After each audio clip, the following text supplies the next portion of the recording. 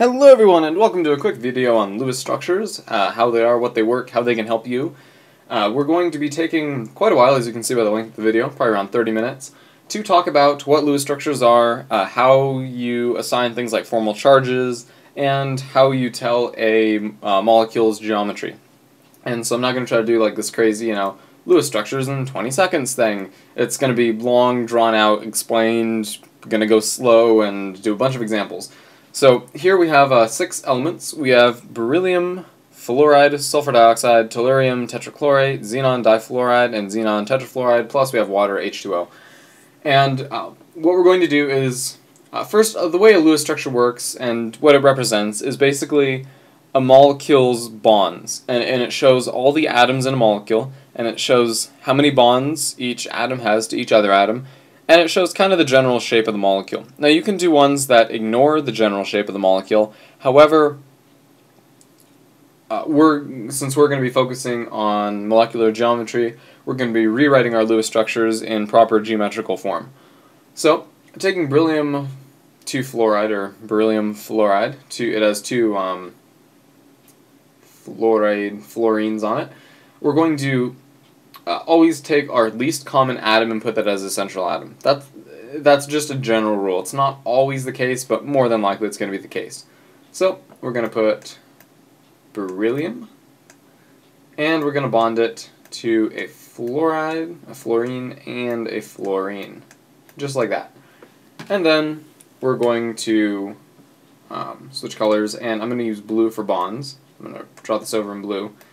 And right off the bat, we can tell, based on just what our formula is, we can tell how many electrons we're going to have. And the way you do this is you look at a periodic table. Now, beryllium has 2. It's in group 2. This is group 1. This is group 2. This is group 3, 4, 5, 6, 7, and 8.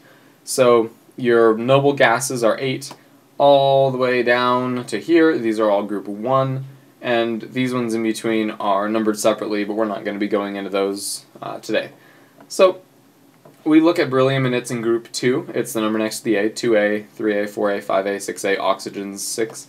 So beryllium is a 2, so we're going to keep 2 in our head. Then we're going to look at fluorine, which is 7, and we're going to multiply 7 by 2 because we have 2 fluorines. So that's 14 plus 2 from the beryllium is 16. And that's how many total electrons we're going to have associated with this molecule. Now, we're not talking about ones deeper than the valence shell. We're just talking about valence shell electrons in these atoms. So beryllium contributes 2, each fluorine contributes 7, for a total of 16. Each bond represents 2 electrons because a bond is 2 electrons. If it's a double bond, it's 4 electrons, and a triple bond, it's 6 electrons. Since these are all single bonds so far, they are sigma bonds. Sigma is just the first bond, and then if you have a double bond, you have 1 sigma and 1 pi, and if you have a triple bond, you have 1 sigma and 2 pi bonds. Pi bonds are overlaps between the orbits of electrons that go up and down and are kind of like parallel to each other.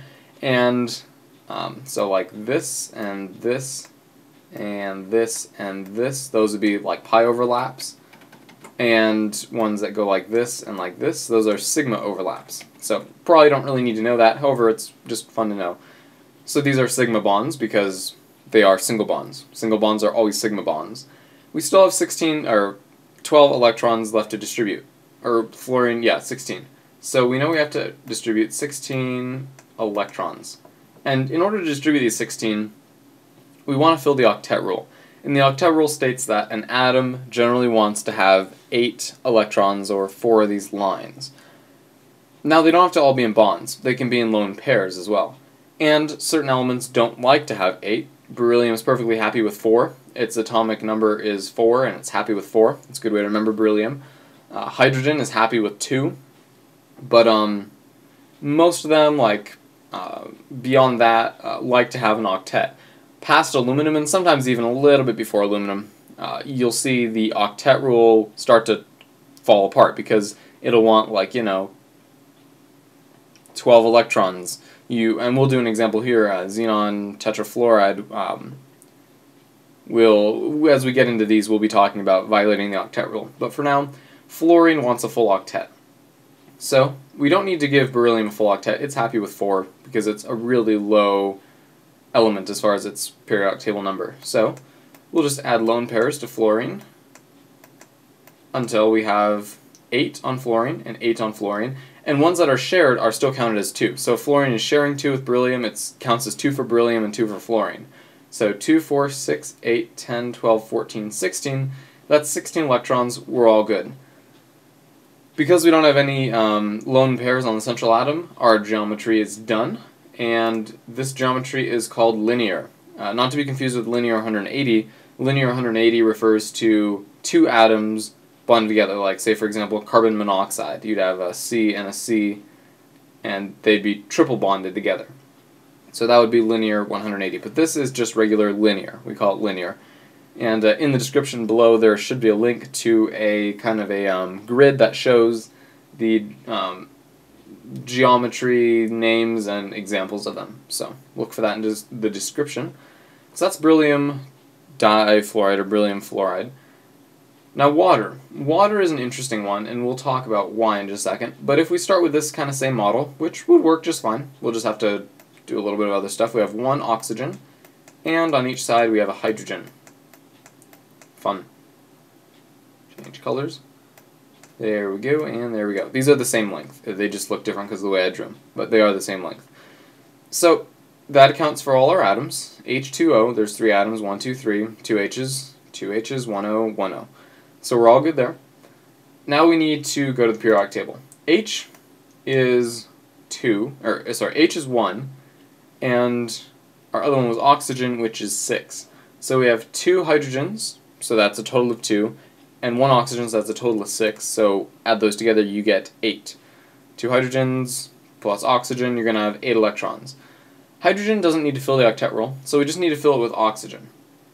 Now, with H2O, we would have, at this point, what appears to be 2 options. We could double bond the hydrogens to the oxygen. That way oxygen has 4 total bonds, or, 8 total electrons that it's dealing with.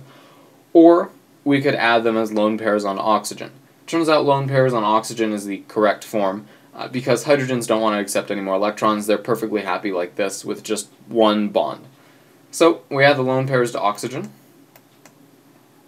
And just like that, we have water. However, you'll notice a problem.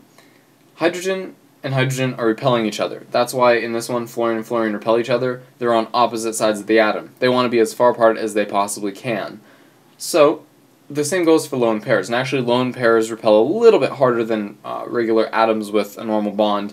We're not going to worry about that too much until we get into some of the other ones that we're talking about, seesaw 90 and 117 degree bonds and stuff of that nature. However, geometries.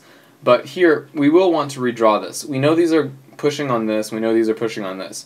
So, for now, let's just draw it in a 2-dimensional plane, and we'll get into 3-dimensional drawings in a little bit. But let's just draw it in 2 dimensions. So we have still our oxygen. But if you imagine 4 things and they're all trying to kind of equally fit, they're going to be spaced apart by about a 90-degree angle. Now, it's slightly more than 90 degrees because lone pairs push a little bit harder, but we're going to draw as if they were 90. So hydrogen there, switch colors, bond, bond, and then lone pair, lone pair. Some people like to write lone pairs as 2 dots. Either one works perfectly fine, they're the exact same thing. So that's the proper version of water, and as you'll see it is, and as we make it into another video, polar. So I'm not talking about that now, but future video material perhaps. And so anyway, so let's circle that. Oops, wrong color, I don't like blue for circles. So that's water. Now let's do Beryllium tetrachloride. This one's fun. Actually, probably a better idea would be to start with this sulfur dioxide, with sulfur dioxide. So let's do that one real quick. SO, and if we look here, O is 6, so 6 times 2 is 12. Sulfur is also a 6, so 18 total. So we have to account for 18 electrons. We write on this one 8 electrons, just so we know. So we have to count for 18 electrons here. So 2, 4, Now, you have two options here. The first one is to go ahead and try to double bond the oxygens to the sulfur, and the second one is to add lone pairs to the sulfur. And really, you could do either and then kind of logically work through it and figure out which one you want to do. However, let's just do it by adding, first adding lone pairs around the oxygens and then taking it from there. So 18, that means we're going to have 9 lines. 1, 2, 3, 4, 5, 6, 7, 8. We run into a problem because we've only used 8, and sulfur's not happy.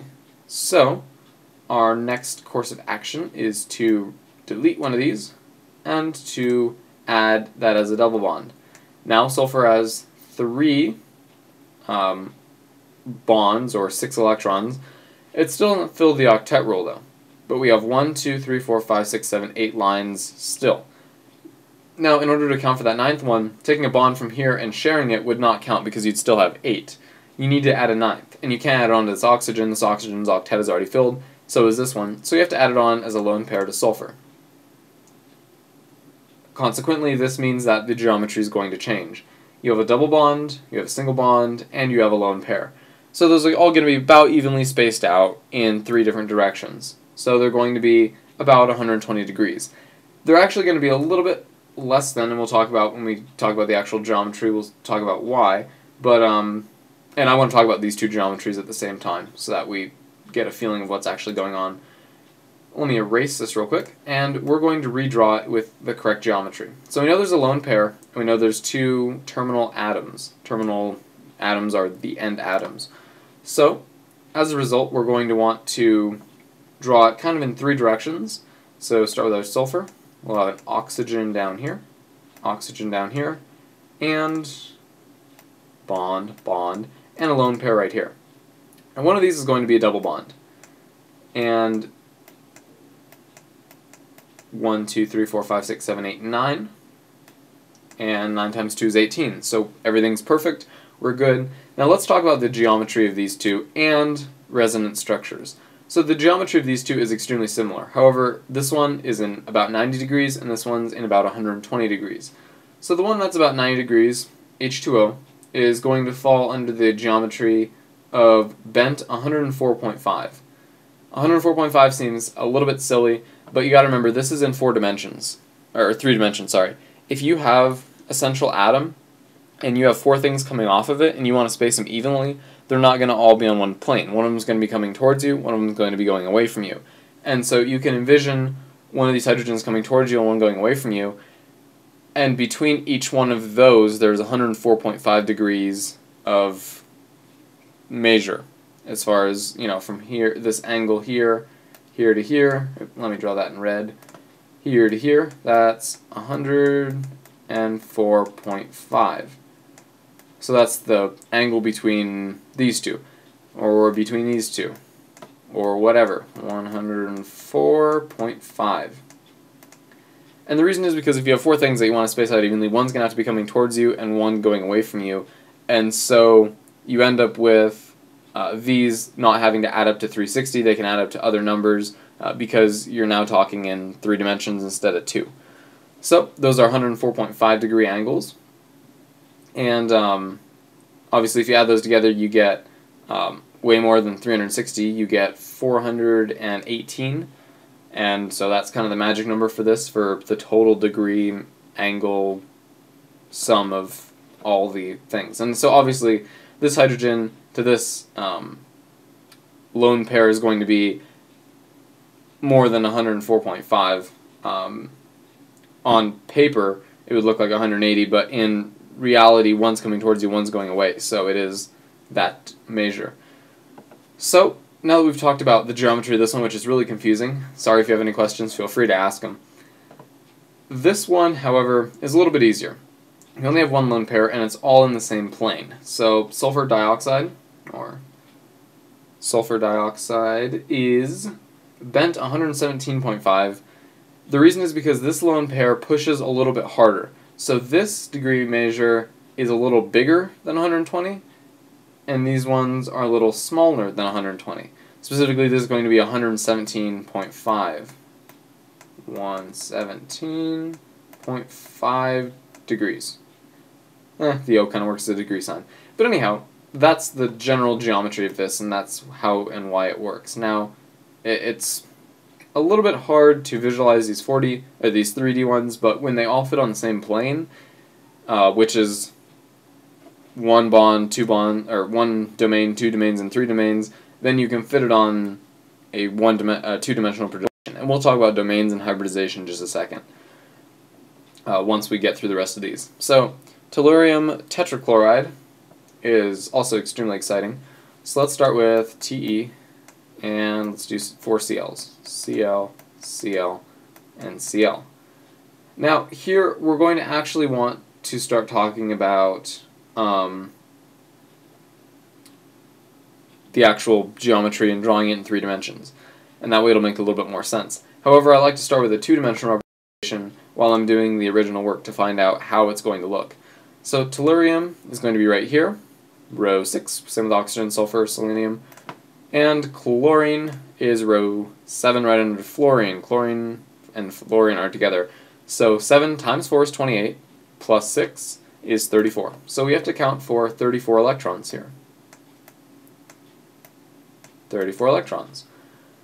So we can make our bonds here, and that counts for 8. Then fill the octet on the chlorines, which is always so exciting. And what's important to remember for this is tellurium is after aluminum. Hint, hint. So 2, 4, 6, 8, 16, 32, what am I saying? 16, 32. So we have 32 accounted for here. We need another 2 electrons, and we can't put them on chlorine. Chlorine's octets are full. So is tellurium's, but tellurium is a heavier element. It's element 52, so we can violate the octet rule quite well on this one. So we're going to add a lone pair here. So let's erase this and draw it in proper geometry. Now we have 5 domains on tellurium. Oh, I don't want to use the clone stamp. I want to use the eraser. I'm using Photoshop for this, by the way. And after we do a nice job of erasing everything, tellurium, we have 5 domains, and a domain is basically a bond, but double and triple bonds all count for 1 domain. So like if you have 2 triple bonds, or 2 double bonds, that's 2 domains, but if you had 3 single bonds, that's 3 domains. So it's basically angles in which it projects out. Those are all domains. So for example, H2O, the O has 4 domains. This Be, this beryllium, has 2 domains, and this sulfur here has 1, 2, 3 domains. So tellurium has 5 domains because it's attached to 4 chlorines, plus it has a lone pair. Oops, wrong color. So we put Te, Cl, but we're going to want to be careful when we draw this. And let me just draw this out, and then you can visualize it very well, I hope. Cl and Cl and a lone pair. Now, why does that work? And let me explain why real quick, and then the naming will make a lot more sense, I hope. Bond, bond, dot, dot, line.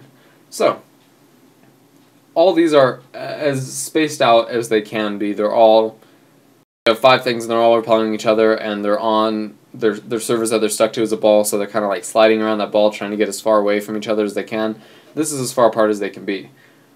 The way to visualize this is to see chlorine and chlorine in the same plane, and to see this lone pair in that same plane with it. Then to see a chlorine coming right out at you, and right out away from you behind that one that's coming out at you. If you envision that and you kind of rotate it a little bit, you can see that it makes a seesaw. So you can imagine this chlorine, imagine these are kind of the legs for the seesaw, this chlorine going bloop, and this chlorine going bloop. So it kind of looks like it goes back and forth. That's where it gets its name of seesaw 90 degrees and 117 degrees. That's the type of geometry it is. Because some of these will be 117 to each other, and some of these will be 90 to each other. So, that's all fine and dandy. So we're going to move on from there. And then after we finish all the, oops, I didn't want to do that big of a circle. Once we finish all these, then we'll go into assigning formal charges, which is actually very easy. So, formal charges will probably be, by the way, at like 28 minutes in or something like that. Just kind of scrub around there if you want to skip these extra examples. So, xenon difluoride. Xe, F, and F. and we want to bond them together. Xenon is a noble gas, so we have 8. 8 plus 2 fluorine. Fluorine, 7 times 2 equals 14, plus 8. So we have 22 electrons to count for. And so 2, 4, 6, 8, 10, 12, 14, 16. We have a whole 3 lines left, and we filled the octet on both fluorines. So we add them all to xenon. Now, this is a very interesting case. At first it looks like we should rewrite this for proper geometry. And it looks honestly like something's terribly wrong because 2 and 1 repelling what? It's because we drew in a 2-dimensional plane. In a 3-dimensional plane, this would very well make a lot of sense and would actually be quite logical for how this is drawn out. The way you have to visualize this, which is a little bit tricky, is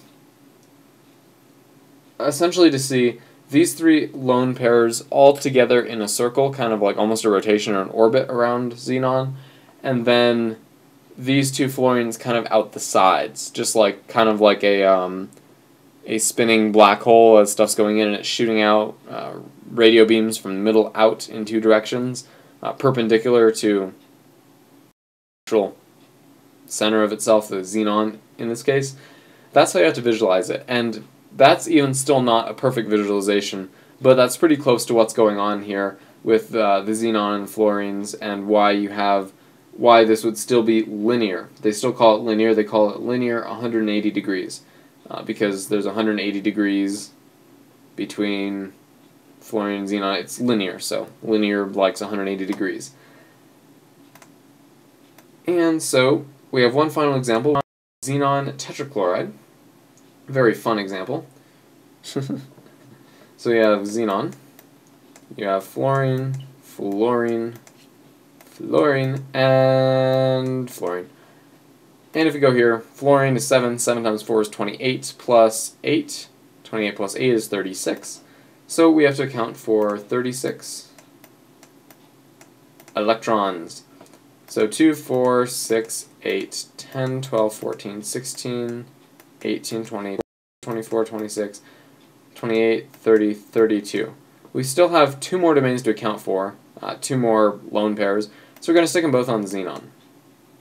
Xenon's not very happy about that because we have to change its geometry as we have it written right now.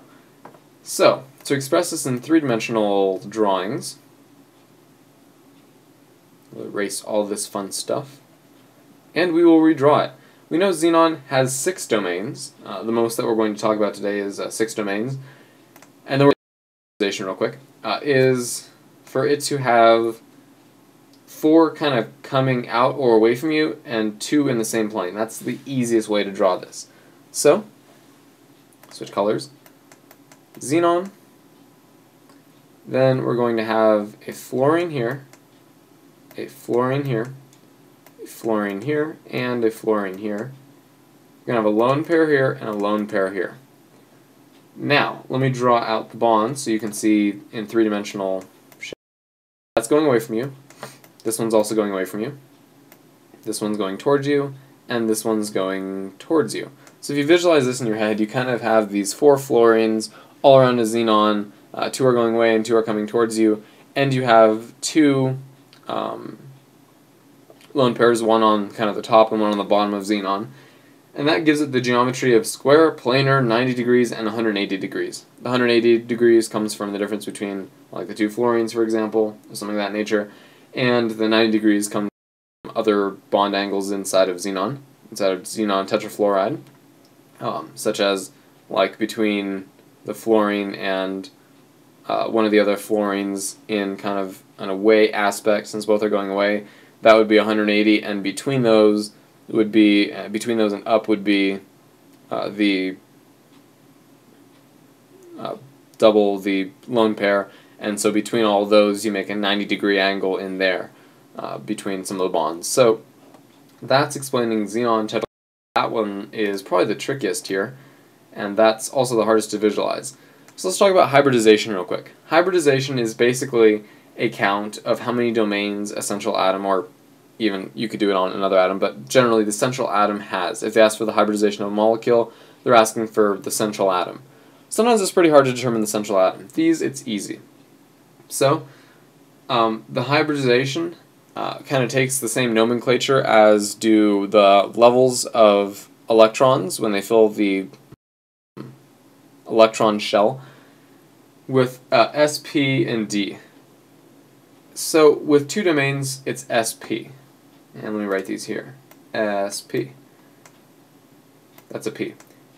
This one has three domains. Remember, it has a double bond, which is still one domain, a single bond, and a lone pair. So this one has three domains, so it's SP2. And I'll explain how you actually find that in just a second. This one has four, so it's SP3. Has 5, so it's SP3D. This one also has 5, SP3D, 5, 1, 2, 3, 4, 5, 5, 1, 2, 3, 4, 5.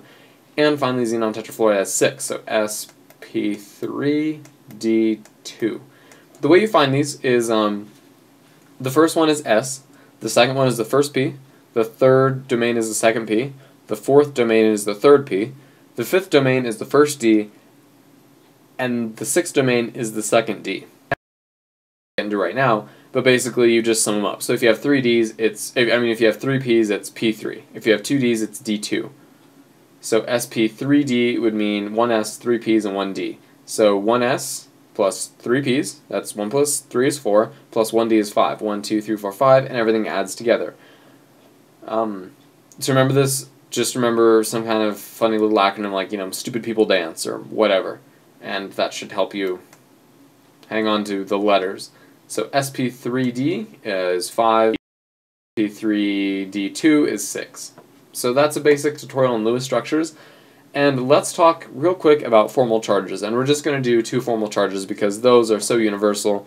Especially with these kind of problems, there's no point in doing them for all the problems. So let's do them for beryllium fluoride. So we have, we're writing in white now. We have BE of 2 Fs. So we're going to kind of separate these for the purpose of this thing. There's kind of a wall here. Now they are bonded together, however, we want to determine each separately. Now, if we look at a periodic table, this periodic table does actually not have it. Some better periodic tables, like the one from Sergeant Welch, has the charges, but basically you'll usually see them right above the letter right here, up to the top right-hand corner, and there it'll have all the possible formal charges. Now, if you look on a periodic table, and this is how you get, it will be -1, always. Fluorine is always -1, and beryllium is always +2. This is really nice because -1, each fluorine is a -1. These are kind of oxidation states. Fluorine is -1, and you have 2 of those, so -2. And beryllium is a +2. -2 plus 2 equals 0, which means it's a neutral charged atom. Now, if you had a minus here, like BeF2 minus, that would mean that it has one negative charge. So you would expect these to sum to -1 instead of 0. But on all of these, which are all perfectly non-ionic, they don't have any negatives or positives on them, you'll expect these all to sum to 0. So let's do formal charges on, say, xenon's kind of a pain. So let's do xenon. So if you have Xe and you have 4 Fs. So each fluorine will be a -1, as we talked about earlier. The xenon, however, can be a 6, a 2, a 4, an 8, and a 0. Those are all the possible oxidation states of xenon. So, we got to find which one's appropriate. If we want to make this neutral, a neutral molecule, then we have 4 fluorines, so that's -4, so xenon must be 4. It's kind of basic algebra. If you have 4 -1s and you want to add something, you add 4.